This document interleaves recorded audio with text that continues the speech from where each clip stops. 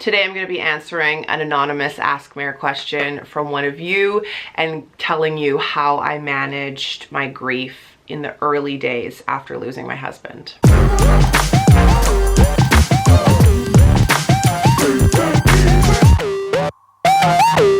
My name's Mare, this is the Mareathon, and I would love it if you laced up and subscribed to my channel today. Life's not a sprint, it's a marathon, and in my journey, I have been showing my life for years here on this channel, but you really will have seen since June of 2017 my grief journey and how I've managed since losing my husband Jeremy in June of 2017 to suicide. That never gets easier to say. Honestly, that never gets easier to say in keynotes, on this channel, whatever. Whew. Okay, so I became a widow at the age of 33. If you're new to my channel and you found this because you too are going through loss, I'm so sorry. I'm so thankful you found my channel and that I've been able to show my journey, because I get messages from men and women, parents, spouses, children, all the time, almost every day, saying that it's helped them, that they, you know, like specific videos, or they ask me to answer questions, and that's what today's is. So this is a marathoner who I'm going to keep anonymous, but they sent me a DM and I was like, I'm just gonna film a video on it because it's way too hard to type it out. I was wondering how you started your healing process in the early months of losing Jeremy. How did you get into a new routine in the early months, and what were your first steps in your healing process? I'm finding it hard not having him by my side every day, just the small daily routines we did together.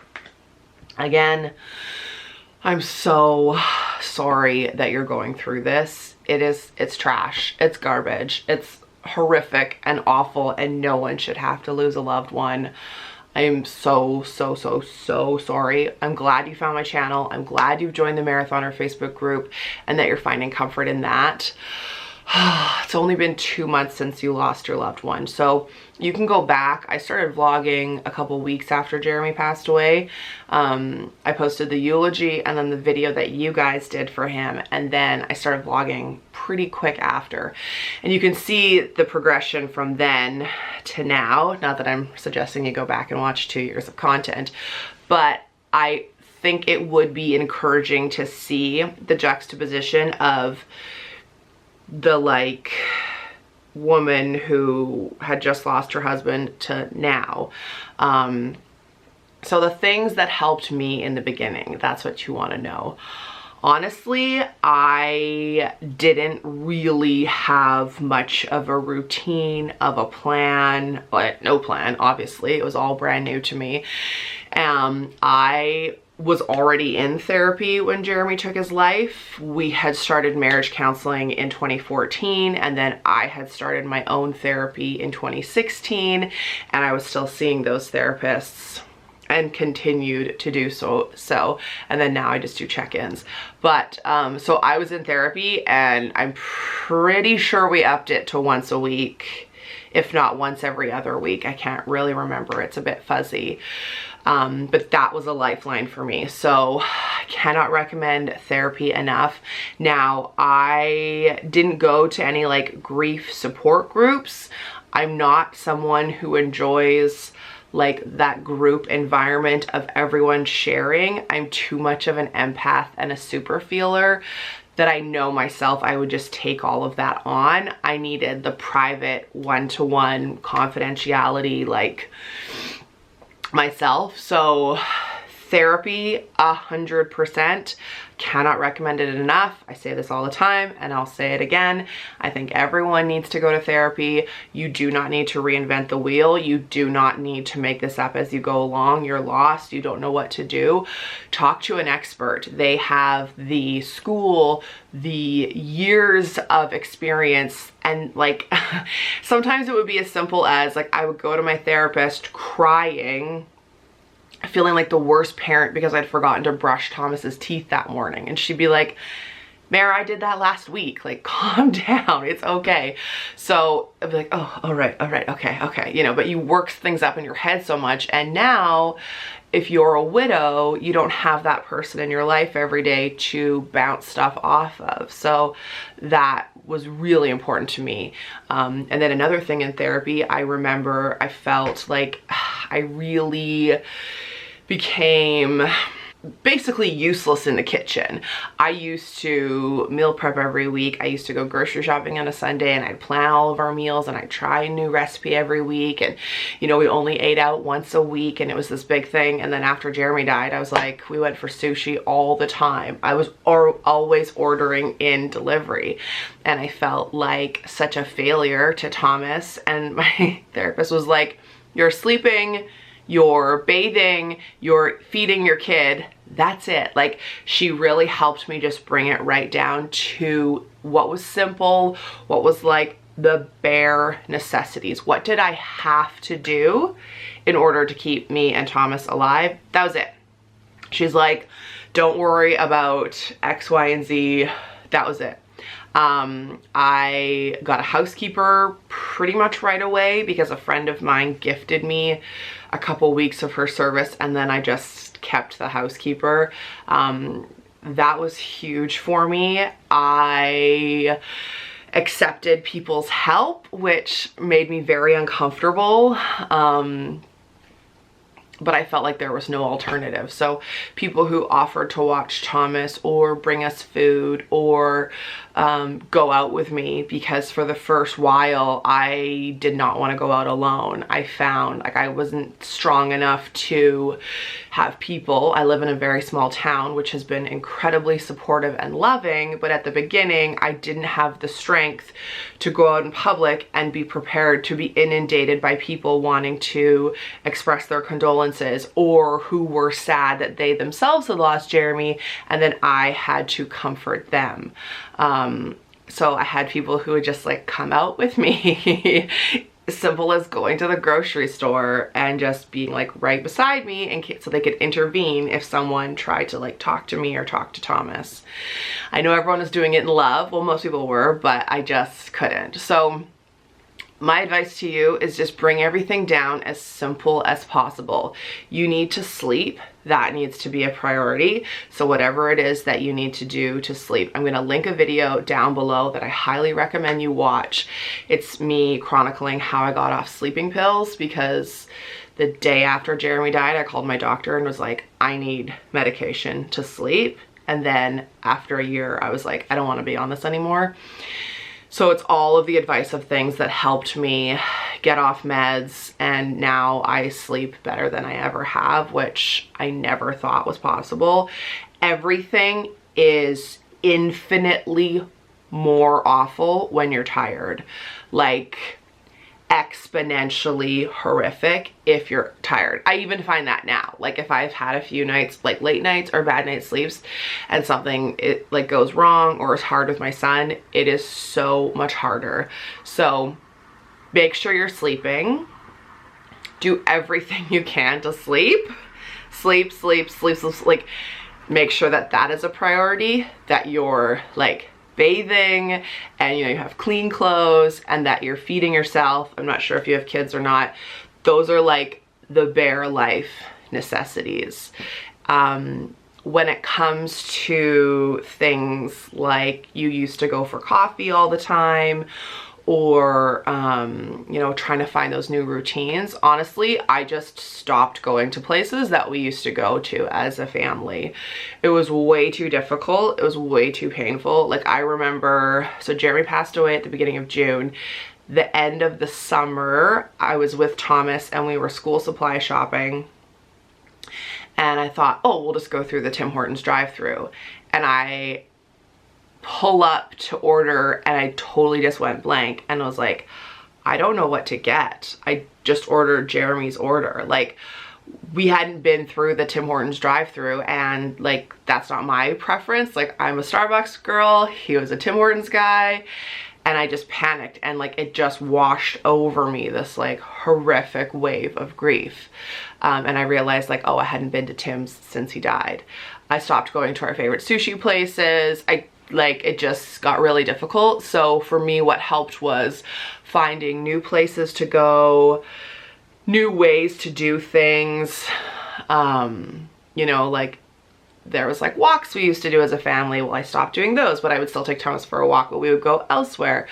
So for me, it was like baby steps of new things. If you find comfort in going to that coffee place, then do that. But for me, I totally did not.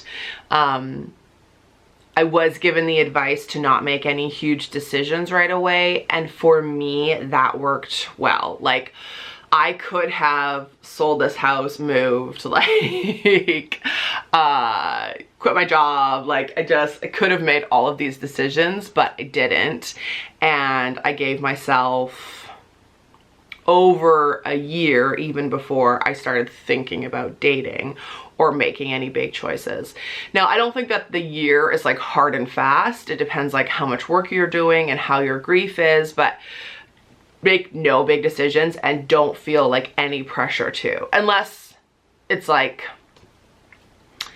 you know, you have to because of your living situation no longer makes sense where you live or whatever it is. But hold off on any big decisions for a while because you need to give yourself the grace to grieve. And in those first couple of months, that's pretty much all I did. Is I went back to work way too quickly. But I am self-employed and I was terrified that I was going to lose my business. So Jeremy died on the 9th of June and I was back to work on the 1st of July. And that was way too soon, but it was what felt was like necessary for me. So I worked and that was pretty much it. I recommend that you get really good about setting boundaries. I pushed myself in social situations to make other people feel comfortable, and then it would result in me like going home and having a panic attack. So if you're invited out to like a big dinner and you don't feel strong enough to go, you don't have to. And if anyone's gonna make you feel bad about that, like, no one can understand your grief. I can't understand yours, you can't understand mine. But get good at setting boundaries. The caveat to that is do not just hole yourself away at home.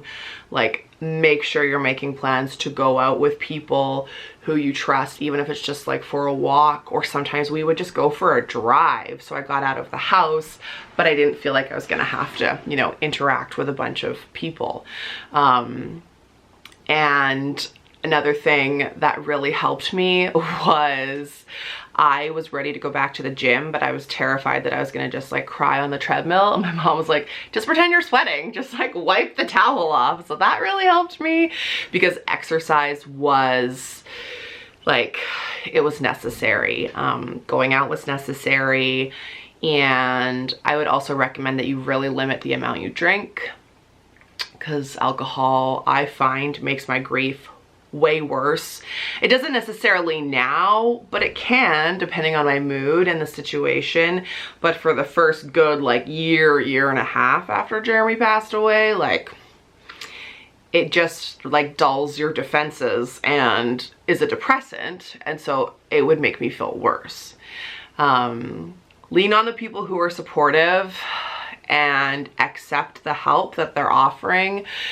Only like a few weeks after Jeremy passed away, a friend of mine invited Thomas and I on a night away to this like camp site. We rented a cabin and they had a trailer, and it was wonderful, and it was just really nice to get away and have, again, some grace. Like, really give yourself grace.